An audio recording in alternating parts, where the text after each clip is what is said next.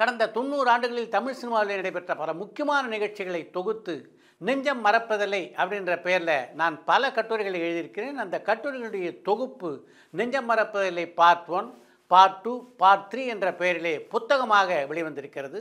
இந்த புத்தகத்தை மிக அழகாகவும் நேர்த்தியாகவும் 0 டிகிரி பப்ளிகேஷன்ஸ் வெளிக்கொண்டு வந்துள்ளனர். இந்த புத்தகத்தை நீங்கள் வாங்கணும்னா இப்போது YMCAவில் நடைபெறுகின்ற புத்தக கண்காட்சியில் 540, 541 ஆகிய 2 ஸ்டால்கள்லையும் இந்த புத்தகங்கள் விற்பனைக்கு கிடைக்கும். Holidays-nale adu namma GT Holidays da. GT Holidays, South India's #1 travel brand. You know you are special when you're with GT Holidays.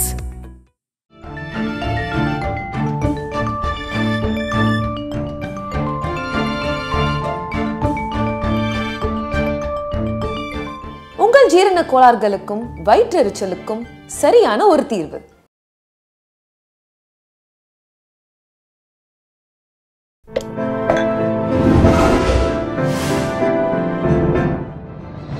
Sai with Chitra. Ilaiyaraaja வீட்டுக்குள்ள நுழைஞ்சிட்டீங்க. இளையராஜா வீட்டுக்குள்ள காலடி வைக்கிறேன் பாருங்க. மாறிச்சு என்னோட லைஃப் மாறி. கரெக்டா சொன்னீங்க சார். அவர் கால் அந்த அந்த அந்த அவரோட வீட்டு கேட்ல காலடி எடுத்து வச்சோடனே என் லைஃப் மாறிச்சுன்றதான் நான் சொல்லணும். இது உண்மை. இது நான் எங்கேயுமே சொன்னது கிடையாது. இது உண்மை. அந்த கால் பதிஞ்ச உடனே என் லைஃப் மாறி போச்சு. அவர் வேலை அன்னைக்கு கொடுத்தாரோ இல்லையோ, ஆனால் என் லைஃப் மாறினது என்னமோ உண்மைதான். அந்த வீட்டுக்குள்ளே நுழைஞ்சு அந்த எனக்கு அப்படியே ஒரு பிளெஸிங் கிடச்சதாக தான் நான் நினைக்கிறேன். கார்த்திக்கும் என்கிட்ட மீட் பண்ணி பேசி நான் சொன்னேன், ரொம்ப கஷ்டம், நான் அப்பாட்ட பேசினேன், இப்படி தான் இருக்கு, கஷ்டம் அப்படின்னு சொன்னார், இப்போதைக்கு கஷ்டம் அப்படின்னு சொன்னார். சரி, எனக்கு தெரிஞ்சது, சரி இது இதுக்கு மேலே நம்ம வந்து செய்கிறதுக்கு ஒன்றும் இல்லை, கடவுள் விட்ட வழின்னு சொல்லி வீட்டுக்கு வந்துட்டு அப்படி தான் அந்த காஸ்பல் ஆல்பம்ஸ்க்கெலாம் வாய்ப்பு அதுவாக தான் வந்தது. அதுக்கப்புறம் நான் என்ன கொடுமைன்னா, அதுக்கப்புறம் நான் வாழ்க்கையில் வாய்ப்பு தேடுறது, அது அந்த என் வாழ்க்கையிலே நான் வாய்ப்பு தேடினது அன்றைக்கி தான். அந்த வாய்ப்பை போய் தேடுவது அப்படின்ற அந்த செயல் இருக்கு இல்லைங்களா, அது அன்னைக்கு தான் செஞ்சேன் நான். அதுக்கப்புறம் வந்ததெல்லாம் தேடி வந்தது தான். எதுவுமே நான் வந்து வழியே போய் நான் எதுவுமே வாய்ப்பு லைஃப்பில் அந்த மாதிரி ஒரு இதுவே இல்லை, நடக்கலை அதுக்கப்புறம். ஏன்னா எனக்கு அதில் விருப்பமே இல்லாமல் போயிடுச்சு. எல்லாமே வந்தது தான். அந்த அவர்கிட்ட வாசிக்கணும் அப்படின்ற அந்த ஒரு ஆக்ஷன் தான் நான் போய் தேடினது என் வாழ்க்கையில். அதுக்கப்புறம் எல்லாமே வந்து விழுந்தது தான். அதுக்கப்புறம் காஸ்பல் ஆல்பம்ஸ்ன்ற அதுவாக வந்தது, அதை பண்ணிட்டு இருக்கேன். அதை கேட்டுட்டு ஃப்ளூட் நவீன்ன்ற பெரிய இசைக்கலைஞர் அவர் சினிமாவில், அவர் வந்து கேட்டுட்டு நானும் கிறிஸ்தவன் தான், எனக்கு நீங்கள் ஆல்பம்ஸ் பண்ணி கொடுங்கன்னு சொல்லி கேட்கவே அவருக்கு பண்ணி கொடுத்தேன். அது மூலமாக எனக்கு இன்னொரு நண்பர் சினிமா துறையில் அறிமுகமாகி, அவர் வந்து கீரவாணி, அவர்கிட்ட தான் முதல்ல ஆக்ஷன் பண்ணார், வாசிங்கன்னு சொல்லி. அங்கே ஒரு ரொம்ப நாளாக போகலை, ஆனால் கீரவாணி சார்கிட்ட ரொம்ப போனால் ஒரு 4-5 மாதம் அப்படி தான் ஓடிச்சு. ரொம்ப பெருசாக ஒன்றும் ஓடலை. ஏன்னா அங்கே இருக்கும் போதும் மியூசிக் டைரக்டருக்கும் எனக்கும் ஒரு பெரிய கனெக்ட் வரல. பிகாஸ் நான் பண்ணுறது கொஞ்சம் வேறு மாதிரி இருந்தது, அவங்க எதிர்பார்த்தது கொஞ்சம் வேறு மாதிரி இருந்தது. அப்புறம் இவர் என்ன பண்ணார், என் கஷ்டத்தை பார்த்து, மணிஷ் சர்மான்னு என் ஃப்ரெண்டு இருக்கான், மியூசிக் டைரக்டர் ஆக போகிறார், அவர் நீங்கள் மீட் பண்ண பேசிட்டேன். அந்த ஃப்ரெண்டு இந்த கிரிக்கின்ற கலைஞர், இசை இன்னொரு கலைஞர், அவர் வந்து ரிதம் பண்ணுவார். ஏன்னா நவீன் மூலமாக எனக்கு அறிமுகமானவர் அவர். ஸோ இதுதான் இந்த அறிமுகங்கள் தான், ஒன்று ஒன்றா அறிமுகம். இதெல்லாம் நானாக போய் எதுவும் பண்ணலை, அதுதான் வருது என் லைஃப்பில். இன்ஃபேக்ட் ரிக்கி வந்து என்கிட்ட, ஏன் நீ சினிமாவில் வாசிக்கிறது இல்லை அப்படின்னு கேட்கும் போது கூட, ஐயோ நான் சினிமாவில் இளையராஜா சார்கிட்ட வாசிக்கணும் தான் நான் பிறந்திருக்கேன், அது என்னமோ அமையலை, ஏதோ ஓட்டின்னு இருக்கேன் அப்படின்னு. சரி நான் சொல்கிறேன், நான் வாசிக்கிற 2-3 இடத்துல சொல்கிறேன். அவர் அப்போ தேவா சார்கிட்ட வாசின்னு இருந்தார், கீரவாணி சார்கிட்ட வாசின்னு இருந்தார், அந்த மாதிரி ஓடின்னு இருந்தது. அவருக்கு கீரவாணிகிட்ட சொல்லவே சரி போனாலும் அங்கே அந்த மாதிரி ஓடின்னு இருந்தது. ஒரு 4 மாதம் ஏதோ ஓடிச்சு. அது கூட ரொம்ப ரெகுலராக இல்லை, விட்டு போய் இந்த மாதிரி அங்கே எனக்கு ஒரு கஷ்டம்னு தெரிஞ்சவே இவர் என்ன பண்ணார், சரி கீபோர்ட் பிளேயர் மியூசிக் டைரக்டர்ஸ் கிட்ட நீ வாசிச்சா உனக்கு கொஞ்சம் வேவ் லென்த் சரியாக இருக்கும், சிங்க் ஆகும். மணி முதல் படம் பண்ணுறாருன்னு சொல்லி அறிமுகப்படுத்தி மணி சர்மா கிட்ட அவரே இது சொன்னார். சொல்லிட்டேன், இன்னும் நாளைக்கு வர சொல்லியிருக்காங்க, போய் பாரு. நான் போனேன். அவர் வந்து உடனே நாளையிலேருந்து நீங்கள் வந்துடுங்க அப்படின்னு சொல்லவே அங்கேயே ஓடிச்சு வாழ்க்கை. ஒரு 2.5 வருஷம் அவர்கிட்டயே தான் வாசித்தேன். ஏன்னா ரொம்ப சந்தோஷமாக எனக்கு ஓடிச்சு சார். என்ன ஒன்று எனக்கு குறைய என்னன்னா, எனக்கு நல்ல வருமானம் கிட்டலை அவர்கிட்ட வாசிக்கும் போது. அவரும் சரி இப்போ நல்லா வேலை செஞ்சேன், அது அவருக்கும் தெரியும் எனக்கும் தெரியும். நல்லா ப்ரொஃபஷ்னல் லெவலில் ஏன்னா ஃப்ரீடம் கொடுத்தார். நல்ல ஃப்ரீடம் கொடுத்தாரு. நான் என்னென்னைக்குமே அவர் கடமைப்பட்டிருக்கேன் அந்த விஷயத்தில். ஏன்னா கஷ்டப்படுற சமயத்தில் ஒரு வேலை கொடுக்கறது பெரிய விஷயம். அது எனக்கு வேலை கொடுத்து என்னை உட்கார வச்சார். ஸோ அதெல்லாம் ரொம்ப பெரிய விஷயம். உட்கார படங்களுக்குலாம் வாய்ச்சிங்க. Gunasekhar director, Chiranjeevi hero. அது ஒரு பெரிய மாபெரும் ஹிட். அவருக்கு முதல் படமே அஸ்வினி தத் சார் தான் ப்ரொடியூசர். மாபெரும் ஹிட் அவருக்கு அந்த படம். அந்த படத்தில் எல்லாம் ஹாரிஸ் பணி புரிஞ்சிருக்காரு. வந்து ரிக்கி நான் சொன்னேன் பாருங்கள், இந்த மாதிரி எனக்கு ரிதம் பிளேயர் ஜான்னு சொல்லி ரொம்ப நல்ல நண்பர் அவர் அந்த அப்போல்லாம். அவர் நான் ஸோ நல்லா அவருக்கு மணியே கீபோர்ட் பிளேயர் தானே. அந்த சமயம்லாம் மனுஷன்னா கூட கீபோர்டு வாசிப்பார். அப்புறம் தான் அவர் கொஞ்சம் கொஞ்சமாக விட்டுட்டாரு. அப்போ வாசிச்சுன்னு தான் இருந்தார். ஸோ நாங்கள் ஒரு நல்லா இருக்கும். அது நல்லா பார்வையில் மணி சர்மா எப்படிப்பட்ட இசையமைப்பாளர்? நல்ல இசையமைப்பாளர் சார். அவர் நல்ல இசை, ரொம்ப கமர்ஷியலாக போடுவார் அந்த தெலுங்குக்கு ஏற்ற மாதிரி. ஆனால் அவர் தெலுங்குக்கு அவர் பண்ணது நல்லா அவருக்கு 10 இயர்ஸ் ஒரு சாலிடாக அவருக்கு ஒரு கரியர் பில்ட் பண்ணார். அந்த 10 இயர்ஸ் அவர் அந்த தெலுங்கு ஃபீல்டில் நல்லபடியாக அவருக்கு போச்சு. அதுக்கப்புறம் மணி சர்மா கிட்ட நான் 2.5 வருஷம் வாசிச்சு அதுக்கப்புறம் தான் எனக்கு அந்த வருமானம் போதலை அப்படின்னும் போது, ஏன்னா சாமான் வந்து அதாவது ஒரு எலக்ட்ரானிக் அந்த மியூசிஷியனாக இருக்கும்போது வருஷம் நம்ம இன்வெஸ்ட் பண்ணிகிட்டே இருக்க வேண்டிய ஒரு நிர்பந்தம். அது செலவு பண்ணிகிட்டே இருக்கணும். அதுவும் லட்சக்கணக்கில் ஓடும் அந்த செலவு. 1000 கணக்கு கூட இல்லை, லட்சக்கணக்கில் வருஷம் செலவு. ஏன்னா எல்லாரும் எனக்கு மேலே இருந்த நல்ல இசைக்கலைஞர்கள்லாம் வாங்கிட்டே அப்டேட் பண்ணிகிட்டே இருப்பாங்க. எனக்கு ஒரு குறை, என்னடா இது எல்லாரும் வாங்குறாங்க சாமான் புதுசாக வருஷம் அப்டேட் பண்ணிகிட்டே இருக்காங்க, என்னால் முடியலையேன்ற ஒரு மன வருத்தம், வேதனை, குறை. இவர் அதுக்கு ஒரு நிவர்த்தியும் பண்ண மாட்டேங்கிறார். அந்த கோபம் எனக்கு அவர் மேலே. அது கோபம்னு சொல்கிறத விட ஒரு குறையாக இருந்ததுன்னு சொல்லலாம். ஏன்னா என்னடா அது நமக்கு நல்ல பேமெண்ட், ஏதாவது நல்லபடியாக வேலை செய்கிறேன், சூப்பராக இருக்குது, அதுக்குரிய சம்பளம் இல்லை, அதுக்குரிய சம்பளம் அவர் கொடுக்காதுன்ற அவர்கிட்ட நான் பேசியிருக்கேன் அந்த விஷயம். அது ஒன்றும் அவர் இப்போ பார்த்தாலும் அவர் ஒன்றும் கோச்சிக்க போகிறது இல்லை, அவருக்கு தெரிஞ்ச விஷயம்தான். ஸோ என்ன சொன்னார் அப்படி கேட்டதுக்கு? ஆனால் அவர் எனக்கு கொடுக்கறதுக்கு, அதாவது நான் ஏஆர் ரஹ்மான் கிட்ட போய் வாஷதுக்கு அப்புறம் தான் என் பேமெண்ட்டே அவர் இன்க்ரீஸ் பண்ணுறாரு. அதுவும் அவருக்கு தெரியும் சொல்லிட்டு அது நடக்கிறதுக்கு இன்னொரு 5 வருஷம் ஆச்சு. ஏன்னா நான் 2001 தான் ஏஆர் ரஹ்மான்கிட்ட வாசிக்க ஆரம்பிக்கிறேன். அப்போ தான் இன்க்ரீஸே பண்ணுறாரு எனக்கு. அப்போ தான் கொஞ்சம் கொடுக்குறாரு. ஏன்னா அந்த 2.5 வருஷம் நான் அவர்கிட்ட வாசிச்சதுக்கப்புறம் ஒரு ஹிந்தி இசையமைப்பாளர்கிட்ட போய் வாசிக்கிறதுக்கு ஆப்பர்ச்சுனிட்டி வந்தது. சந்தீப் சாவ்டான்னு சொல்லி ராம்கோபால் வர்மா படம்லாம் வருவாங்க. ஸோ அந்த வாய்ப்பு வரவே அவர்கிட்ட போய் வாசிச்சு அங்கே நல்ல பேமெண்ட்டு, ஹிந்தி பேமெண்ட்டுன்னு சொல்லி நல்லாவே வந்தது எனக்கு. ஸோ எனக்கு என்ன ஆச்சுன்னா, அந்த மாதிரி பேமெண்ட் வரும்போது நம்ம நல்ல சாமான் வாங்குறதுக்கு உபயோகமாக இருந்தது. நல்ல அப்டேட் பண்ணுறதுக்கும் வருஷம் நமக்கு தேவையான இன்ஸ்ட்ருமெண்ட்ஸ்லாம் வாங்கிறதுக்கு அப்டேட் பண்ணிகிட்டே போகிறதுக்கு எனக்கு ரொம்ப பெரும் உதவியாக இருந்தது. அது அப்படி தான் ஒரு மியூசிஷியன் வந்து எலக்ட்ரானிக் மியூசிஷியன் அப்டேட் பண்ணிகிட்டே போக முடியும், இல்லைன்னா கொஞ்சம் கஷ்டம். ஸோ அதெல்லாம் உதவியாக இருந்தது. அது அப்படி போயின்னு இருக்கிறச்ச அது ஒரு வருஷம் ஓடவே 1 வருஷம் பண்ணேன் சந்தீப் சாவ்டாகிட்ட. அதுக்கப்புறம் மனிஷா இவர் நம்ம அங்கே ஒர்க் பண்ண ஒரு மியூசிஷியன் தான் என்னை ஏஆர் ரஹ்மான் கிட்ட ரெஃபர் பண்ணார். அங்கே அவருக்கு தேவைப்படுது ஒரு கீபோர்ட் பிளேயர் ஃபுல் டைமாக. அவர் பாம்பே ட்ரீம்ஸ் எல்லாம் பண்ணவே ரொம்ப பிஸியாக இருக்கார். அவருக்கு ஸ்டுடியோவில் ஒரு நல்ல மியூசிஷியன் தேவை, கீபோர்ட் பிளேயர் சொல்லிகிட்டே இருந்தார். அவர் ஒரு வாய்ப்பு கிடைக்கும். அங்கே நான் அப்புறம் விடுற பிளான் இருந்தது எனக்கு மனிஷா இது நம்ம சந்தீப் சாட்டா கூட. ஏன்னா அங்கேயே வெளில போய் வாசிக்கிறதுக்கே அலோவ் பண்ண மாட்டேங்கிறார் அவர். மணி சர்மாவும் அப்படி இருந்தார். ஸோ ஏன்னா ஒரு 4 இடத்துல போய் வாசிக்கும் போது இன்னும் நமக்கு சில எக்ஸ்பீரியன்ஸஸ் கிடைக்கும் அப்படின்னு எனக்கு ஒரு ஆசை வந்தது. இவர் என்ன பண்ணார், ஏஆர் ரஹ்மான்ட்ட சொல்லியிருக்கேன் அப்படின்னு சொல்லி, சரி ஒரு சந்தர்ப்பம் ஏதோ ஒரு திடீர்னு வீட்டில் பசங்களோட நான் விளையாடின்னு இருந்தேன். அந்த சமயம் அவர் ஃபோன் பண்ணுறாரு வீட்டில் 7 மணி, நல்லா ஞாபகம் இருக்குது. ஃபோன் பண்ணி பேசியிருக்கேன், அவர் பக்கத்துலேயே இருக்கார். இப்போ வர முடியுமா உன்னால், பேசி முடிச்சிடலாம் அப்படின்னு. நான் ஃப்ரீயாக தான் இருக்கேன், வந்துடுறேன்னு சொல்லி நேராக போனோடனே அவரும் மீட் பண்ணி நம்ம நாளையிலேருந்தே வர சொன்னார். அது எனக்கு ஒரு பேட்டர்னாக அமைஞ்சது. எங்கே போனாலும் நாளையிலேருந்து வா. ஏஆர் ரஹ்மானோட அந்த ஃபஸ்ட்டு சந்திப்பு நினைவில் இருக்கா?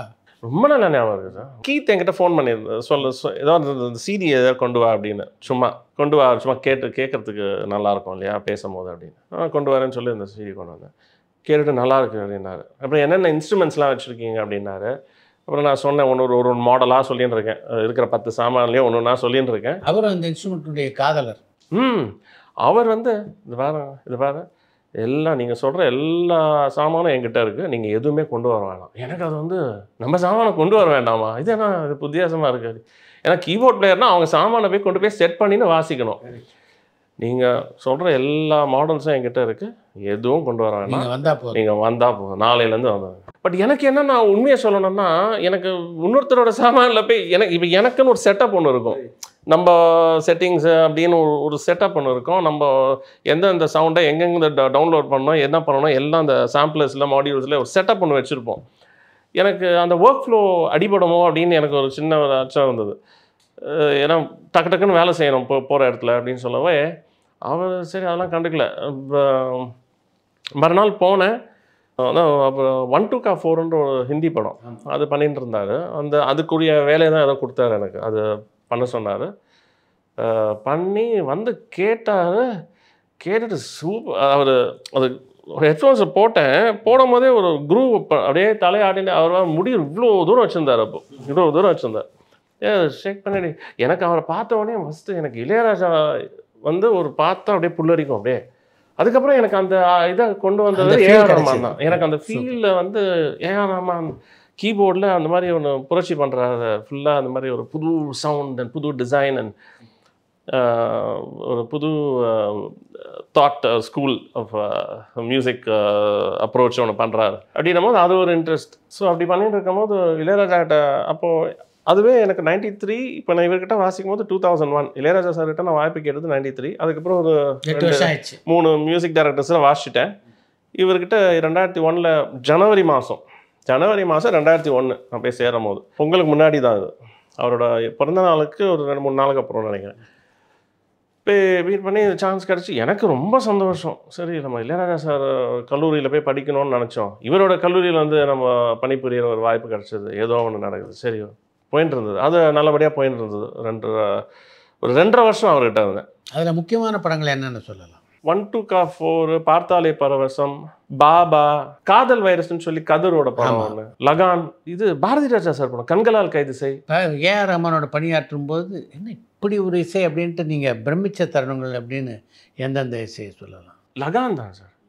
லகான் என்ன ரொம்ப ரொம்ப என்ன சொல்கிறது, அப்படியே நான் அந்த பாடல்கள்லாம் நான் ஒன்றும் எனக்கு வாசிக்க வாய்ப்பு இல்லை. ஏன்னா அது எல்லாமே என்ன சொல்கிறேன், லைவாக இன்ஸ்ட்ருமெண்ட்ஸ் எடுத்தது தான். கீபோர்டு ஒர்க்குக்கு ரொம்ப பெரிய ஸ்கோப் இல்லை அந்த படத்தில். உங்களுக்கு ரீரெக்கார்டிங். ஆனால் பேக்ரவுண்ட் ஸ்கோரில் எனக்கு நிறைய கொடுத்தாரு சார். நிறைய முக்கியத்துவம். அதாவது அவர் லண்டன் போயிட்டு கூட என்னை டேரக்டரோட உட்கார வச்சு சில சீன்ஸ் எல்லாம் கொஞ்சம் அந்த விட்டு போன சீன்ஸ், மியூசிக் விட்டு போன சீன்ஸ்லாம் பண்ண வச்சு அந்த டேரக்டரும் ரொம்ப சிஸ்டமேட்டிக் நோட்ஸில் எல்லாம் எழுதி வச்சுருப்பாரு. அந்த எந்தெந்த சீனில் என்னென்ன அப்படின்னு ரொம்ப சிஸ்டமேட்டிக்காக அந்த இதில் கொஞ்சம் கேப் இருக்குது, அது பண்ணணும், ஃபில் பண்ணணும். அப்புறம் அந்த கிரிக்கெட் சீன் இருக்குது பாருங்கள், அந்த லகானில் அந்த கிரிக்கெட் ஆடுற அந்த ஃபுல்லாக அந்த மோஸ்ட்லி ரிதம் செட்டப்பு கொஞ்சம் எஃபெக்ட்ஸ் அந்த மாதிரி வரும்.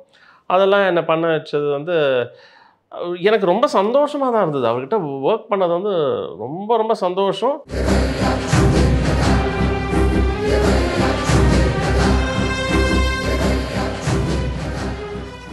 குறை அப்படின்னு சொல்ல பார்த்தா என்னன்னா, இப்போ நம்ம இளையராஜா சாரையே பார்த்து வளர்ந்ததுனால அந்த இது எனக்கு ரொம்பவே தேவைப்பட்டது. அந்த நானும் கொஞ்சம் அந்த மாதிரி தான், அந்த காலையிலேருந்து இரவுக்குள்ளே ஒர்க் பண்ணிட்டு முடிச்சுடணும் அன்றைக்கி நாள் அப்படின்றது. அது எனக்கு ரொம்பவே கஷ்டமாக இருந்தது. ஏன்னா அவர் இரவு நேரத்துலேயே ஒர்க் பண்ணுறதுனால. இவர் அப்படியே ரிவர்ஸ். நான் அவரோட ஸ்டூடியோவில் பல நாள் தூங்கியிருக்கேன். ஏன்னா இரவு பல இசை கலைஞர். ஏன்னா என்னால் முடியும். எனக்கு வந்து அந்த இளையராஜா சார்கிட்டயே நம்ம வாசிக்கணும் அந்த டிசிப்ளின்லேயே அந்த டிசிப்ளின் எனக்கு இருந்ததுனால அவர்கிட்ட வாசிக்கும் போது அந்த ஒரு விஷயம் எனக்கு கஷ்டமாக இருந்தது. ஒன்று. ரெண்டாவது, ஒரு வேலைன்றது ஒரு இன்னைக்கு ஆரம்பிக்கிறோம் நாளைக்கு முடிக்கிறோம் அப்படின்ற ஒரு இது இல்லை, டைம் டேபிள் இல்லை. அதுவும் எனக்கு கொஞ்சம் கஷ்டமாக இருந்தது. இது keep on working on sir. நான் பண்ணிக்கிட்டே இருப்பாப்புல, எளிதில் பார்க்க முடியாது. நான் வந்து டைம் டேபிள் எனக்கு இல்லை. அவர்கிட்ட இருக்கும்போது உண்மையை சொல்லிடுறேன், அவர்கிட்ட இருக்கும்போது கூட எனக்கு ஒரு டைம் டேபிள் நானே டைம் டேபிள் வச்சுருந்தேன். இவ்வளோ தான் என் ஒர்க்கு. அது இப்போ இன்றைக்கி சாங் கொடுத்தாருன்னா எனக்கு ஒரு 2 நாள் எடுத்துப்பேன். 2 நாள் எடுத்து 2 நாள் அதுக்கப்புறம் அவருக்கு இப்போ நான் சொல்கிறதெல்லாம் அவருக்கெல்லாம் ஞாபகம் இருக்காது. ஏன்னா அவர் எவ்வளோ பண்ணிட்டு இருக்கார். ஒரு சாங் கொடுத்துட்டு சார் இப்போ நான் முடிச்சுடுவேன் 2 நாள். முடிச்சிட்டதுக்கப்புறம் திருப்பி ஒரு வாரம் 1 மாதம் கழிச்சு அந்த பாட்டுக்கு திருப்பி ஏதாவது பண்ண சொல்லும் போது நான் கொஞ்சம் ஸ்டக் ஆவேன், கொஞ்சம் ஸ்டக் ஆகிடுவேன். நம்ம முடிச்சிட்டோம், என் மனசில் என் மைண்டில் அந்த ஒர்க் முடிச்சு. அவரை பொறுத்த வரைக்கும் ஒரு பாட்டை வந்து ஒரு 2 மாதத்துக்கு அப்புறம் கூட இம்ப்ரூவ் பண்ணுவார். பண்ணிட்டே இருப்பாரு. நிறைய இன்ஸ்ட்ருமெண்ட்ஸ் பண்ணிட்டே சேஞ்சஸ் இருப்பாரு. முதல்ல அவர் கொடுக்குற ஒரு பாட்டுக்கும் பின்னாடி வர்ற வெர்ஷன் பார்த்தீங்கன்னா வேஸ்ட் டிஃபரன்ஸ். அது அவருடைய ஸ்டைல். அவரோட இம்ப்ரூவைஸ் பண்ணிட்டே பண்ணிட்டு இருப்பாரு. அது என்னன்னா எனக்கு அந்த சமயத்துக்கு கொஞ்சம் எனக்கு அன்னைக்கு பொழுதுக்கு அன்னைக்கு வர ஐடியா அன்னையோட முடிஞ்சு போச்சு நெக்ஸ்ட் அப்படின்ற மாதிரி இருந்தது. பட் அவரோட ஸ்டைல் அது, நீங்கள் சொன்ன மாதிரி அவரோட ஸ்டைல் அது முடிஞ்ச கையோட எனக்கு அப்போ பர்சனலாக ஒரு ப்ராப்ளம், வீட்டில் ஒரு பிரிவினைன்னு வரும்போது அந்த சமயத்தில் கொஞ்சம் மனசில் வந்து உட்காந்துருக்கும் போது தான் அந்த காதல் அப்படின்ற பட வாய்ப்பு கிடச்சது திடீர்னு. அதுக்கு முன்னாடி ஏஆர் ரஹ்மானோட பணியாற்றியதில் உங்களால் இன்னி வரைக்கும் மறக்க முடியாத தருணம் அப்படின்னு எதாவது சொல்லலாம் சார்? அவர்கிட்ட ஒர்க் பண்ண எல்லா சாங்ஸுமே நான் சொல்லுவேன் சார். எல்லா சாங்ஸுமே அவர்கிட்ட எனக்கு என்ன ஒரு பெரிய மதிப்பு மரியாதைன்னா ஒரு முக்கியத்துவம் கொடுக்கறது. ஒரு இசை கலைஞன் எனக்கு அவ்வளோ முக்கியத்துவம் கொடுக்கறது வந்து எனக்கு அது ஒரு பெரிய விஷயம்தான். ஒரு மதிப்பு இவர்கிட்ட விட்டாச்சு, அந்த வேலையை செஞ்சு கொடுத்துருவார். அவ்வளோதான் அது பண்ண மாட்டார். அது எனக்கு ஒரு பெரிய ஒரு விஷயமா இருந்தது. அது அவ்வளோ ஒரு இம்பார்ட்டன்ஸ் கொடுக்குறாரு அப்படின்னு. ஒரு பெரிய டைரக்டரோட பேசின்னு இருக்கார் சார் அவர். நான் வந்து முடிச்சுட்டு அவரை ரொம்ப கேஷுவலாக முடிச்சுட்டேன் வந்து கேளுங்கன்னு இப்படி தான் சொன்னேன். முடிச்சுட்டேன் வந்து கேளு அவர் பேசின்னு இருக்காரு. யார் அந்த டைரக்டர் நினைவு இல்லையா? பாரதி ராஜா சார். பாரதி ராஜா சார் பேசின்னு இருக்காரு. முடிச்சுட்டேன் வந்து கேளுங்க அப்படி ரொம்ப கேஷுவலாக நான் வழக்கமாக பேச சொல்கிற மாதிரி எதுவும் சொல்லிட்டேன் லுடுக்குன்னு. அவர் அப்படியே எழுந்து வந்தார். அப்படியே எழுந்து வந்தார். அப்படியே எனக்கு அப்படியே ஐயோ நான் அது சொல்லிட்டு நான் வந்து அவர் பாரதி ராஜா சார் பார்க்குறேன். ஐயோ அவங்க பேசும்போது சொன்னியாடா அறிவு கட்டுறேன்னு சொல்லிட்டு நான் என்னையே திட்டிக்கிறேன் மனசுக்குள்ளே. சொன்ன அதே தருணம் அப்படியே எழுந்து வந்து கேட்டுட்டு சூப்பர் அப்படின்வார். அவர் ரொம்ப பேசுறதெல்லாம் இல்லை, ரொம்ப பேசுறதெல்லாம் கம்மி தான். நானும் அவர்கிட்ட ரொம்ப பேசுறதும் கிடையாது. ஏன்னா நமக்கு ஒரு குருவாக பார்க்கறதுனால ரொம்ப பேச அந்த இதெல்லாம் நமக்கு இல்லை. அசந்துன்னே இருப்பேன், எப்பவுமே பார்த்து அசந்துன்னு தான் இருப்பேன். அந்த ஒரு முக்கியத்துவம் இந்த பாபாவில் மாயான்னு ஒரு சாங் லண்டனில் இருந்தார். லண்டனில் இருந்தார். பாம்பே ட்ரீம்ஸ் ரொம்ப பிஸியாக இருந்தது அவர். அப்புறம் அந்த டியூன் எனக்கு அனுப்பிச்சு இதை நீ முடிச்சு கொடுத்துரு, 2 டேஸில் பண்ணிவிடுவியா, முடிச்சு கொடுத்துருவியா, சீக்கிரம் பண்ணணும் அப்படின்னு. எனக்கு அதுதான் எனக்கு சீக்கிரம் 2 நாள் தான் எனக்கு வேலை எப்பவுமே அப்படி இருந்தாலும். ஸோ பண்ணிவிட்டு முடிச்சிட்டேன். இந்த வாய்ஸும் எடுக்க சொன்னார். அந்த வாய்ஸ் எடுத்தார். பட் அவரும் அதுக்கப்புறம் ஊர்லேருந்து வந்து 4 நாள் வந்துட்டார் அவர். இந்த பாட்டை நான் முடிச்சு கொடுத்துட்டு 4 நாள் வந்துட்டார். ஏன்னா அது கொடுத்துட்டு அவங்க ஷூட்டிங் போயிட்டாங்க. அப்புறம் 4 நாளில் வந்துட்டு வாய்ஸ்னால் நான் சொல்கிறது வந்து இந்த கார்த்திக் பாடினது தான் அந்த பாட்டு. ஸ்வேதா மோகனோட தாயார் சுஜாதா அவங்க பாடிப்பாங்க இன்டர்வியூவில். அந்த இதெல்லாம் லிரிக்ஸ் இருக்கும். ஸோ இதெல்லாம் இந்த பொறுப்பெல்லாம் கொடுத்துட்டு பண்ணிடுங்கன்னு சொல்லி இது பண்ணார். அப்புறம் அவர் ஊரில் வந்து ஸ்ட்ரிங்ஸ் வயலன்ஸ் ஆட் பண்ணார். ரொம்ப நல்லா இருந்தது அப்படின்லாம் ரொம்ப பாராட்டுலாம் நல்லா பண்ணுவார். பிடிச்சி இது பண்ணுவார். அவர் ஆஹா ஓஹோன்னு பேசிலாம் புகழ மாட்டார். நல்லா இருக்கு, சூப்பராக இருக்குது, அவ்வளோதான். வெரி நைஸ்ன்னு சொல்லுவார். இது மாதிரிலாம் நமக்கு அதுவே போதும், நமக்கு சொன்னால் போதும். நான் ஹாப்பி. அண்ட் எனக்கு ஓடிச்சு அவர்கிட்டயே வண்டி ஒரு 2.5 வருஷம் அப்படியே போய் அப்புறம் என்னோடய பர்சனல் லைஃப்பில் ஒரு சின்ன விஷயம் இந்த பிரிவினைன்னு நடக்கும்போது தான் அந்த சமயம் பார்த்து இந்த படம் காதல்ன்ற படம் எனக்கு வந்து. இப்போ இளையராஜாவுடைய தீவிர ரசிகனான உங்களுடைய பார்வையில் ஏஆர் ரஹ்மான் எப்படிப்பட்ட இசையமைப்பாளர்? அவரும் ஒரு பெரிய இசை மலையே தானே. ஏஆர் ரஹ்மான் 90s மியூசிக்கெல்லாம் அவ்வளோ பிடிக்கும் சார், எனக்கு ரொம்ப பிடிக்கும். அண்ட் 2010-5 வரைக்கும் ரொம்ப பிடிக்கும். 92ல் அவர் படம் ரிலீஸ் ஆச்சு. 2 பேருடைய இசைக்கும் என்ன முக்கியமான வேறுபாடு? இளையராஜா மியூசிக் வந்து ஒரு ஃப்ளோ ஒன்று இருக்கும் சார். அப்படியே ஒரு நேச்சுரலாக அருவி மாதிரி ஃப்ளோ ஆகிட்டே இருக்கும். இவரது வந்து ஒரு இளையராஜா பொறுத்த வரைக்கும் ஒரு பாட்டில் மொத்தத்தையும் அவர் நோட்ஸ் எழுதி கொடுத்தாரு. அதாவது எங்கே சாக்ஸ் வரணும், எங்கே வயலின், எங்கே ஒரு டபுள் பேஸ் வரணும், எல்லாமே அவருடைய நோட்ஸில் இருக்கும். அப்படித்தான் எல்லா இசையமைப்பாளரும் பணியாற்றுறாங்களா இல்லை வெவ்வேறு முறை இருக்கா? ஏஆர் ரஹ்மான் எடுத்துக்கிட்டோம்னா அவருடைய ஸ்டைல் எப்படி? இல்லை, ஆனால் நம்ம வாசித்த முதல் ரெக்கார்டிங் சார், முதல்ல அவர்கிட்ட அன்றைக்கி தான் எனக்கு first session that I'm having with ஏஆர்னா எழுதுறாரு அவர். எனக்கு கிட்டாருக்கு ஒரு நோட்ஸ் ஒன்று கொடுத்தாரு. அந்த பேக்ரவுண்ட் ஸ்கோருக்கு நான் பண்ண வேண்டிய நோட்ஸு. பரபரப்பான சினிமா செய்திகள், நட்சத்திரங்களின் பேட்டிகள், சினிமா வரலாறு ஆகியவற்றை பார்க்கவும் படிக்கவும் உங்களுக்கான இணையதளம் tourantalkies.co.